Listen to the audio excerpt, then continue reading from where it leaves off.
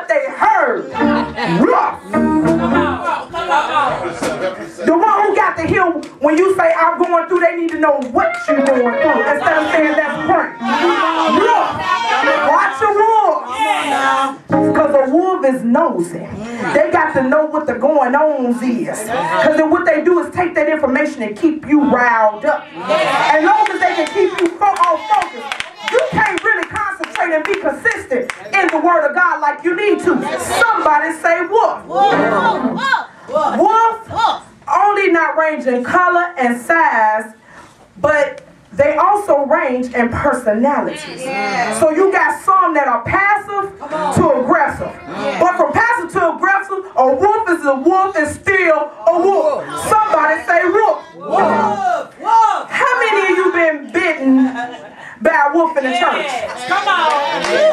You might as well say, man, I don't even know how I'm living today. I got so many stitches. I done lost ears, limbs, noses, integrity, everything, ministry, because I done had some wolves, not just bold enough to come on me one-on-one, but I've been a type backpack some wolves. But I'm here to say that I serve a God that'll heal you and raise you up and make you forget about some wolves. And then have you to walk right back across that pack of wolves and tell them, hey, you may have bit me, you may have ripped me to shreds, but by God, I am still here.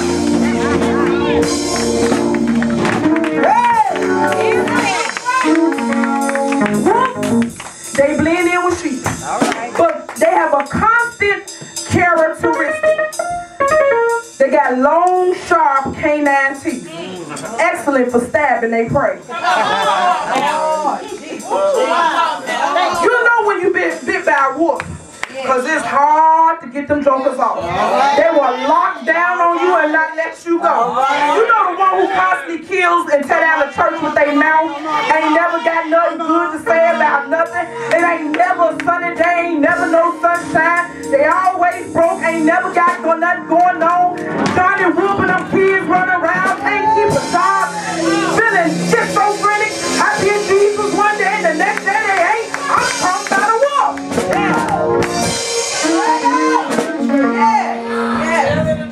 Watch your wolves, and I'm going to tell you how you watch them, Pastor, because see, you spiritual. You know your weak ones in the flock, right? That's it. Watch the one that ease up on the weak one. Because see, it's the one who found the weak among the flock to stir up the most mess. Because see, a weak Christian is easily persuaded because they have not been rooted in their foundation. And if you know that this person been crying, mad, and set aside, and now they keeping up mess, watch the person who slid up on the side of them. Because it ain't them, it's the wolf.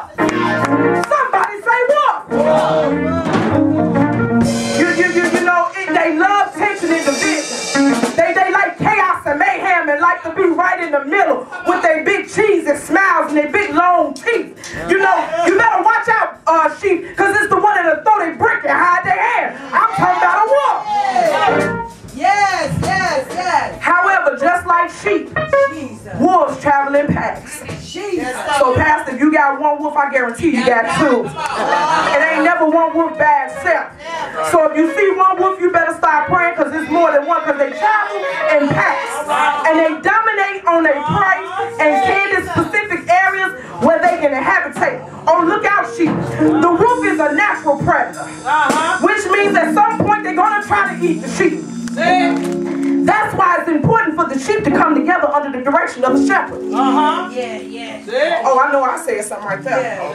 That's why it's important for the sheep, the ones that don't mind being led, the one that can recognize God's voice, the one that don't care who's in charge, as long as it's getting done, the sheep, the one that loves church, don't mind hearing preaching and teaching. I need you all to stay under the direction of the shepherd. Because when you can't see the wolf, because you should be sowing God and sowing to your flock, you can't see the wolf. That's why the shepherd has a sheepdog to sound the alarm on. So when me and Deacon see the wolf coming, I see you and I back you up in the name of Jesus.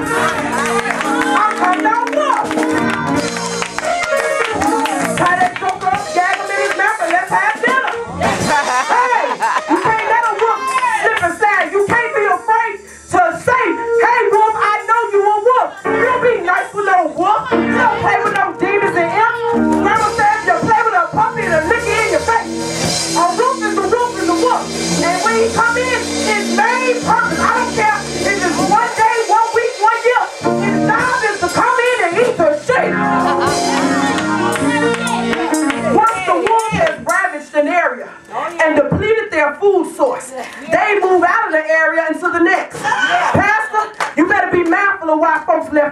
church.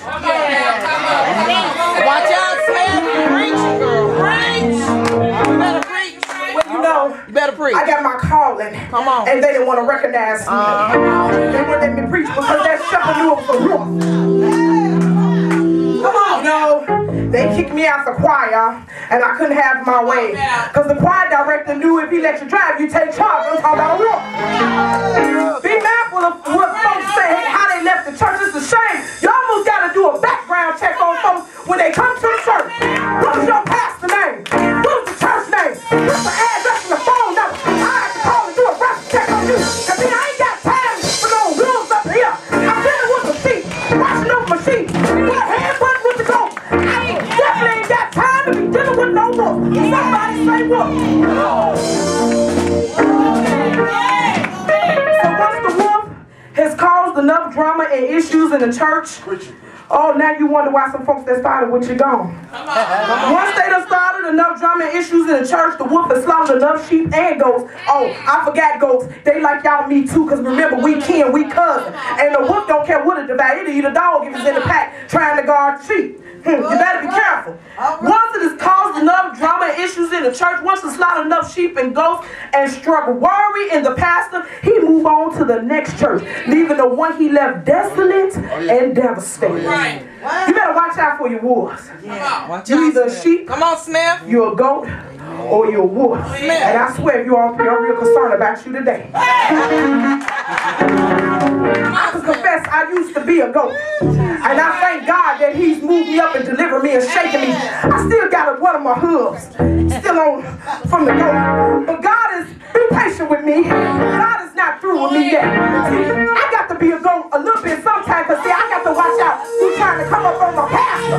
Ain't no telling who I'm going to have to head, but when they talking bad and defaming my pastor, things ain't a pastor. See, so sometimes I got to be a goat, because to leave my horse, I might have to knock you out. I might have to put you down. I might have to step on you. So sometimes I need to be a goat. But those of you I need the sheep to be sheep, to be sheep. I don't need you to be the goat or a sheep. You do one or the other. Understand the characteristics of a sheep. I can't say this enough. It don't mind being led. It don't mind doing what the pastors say do. I'm going to do what the Lord say do.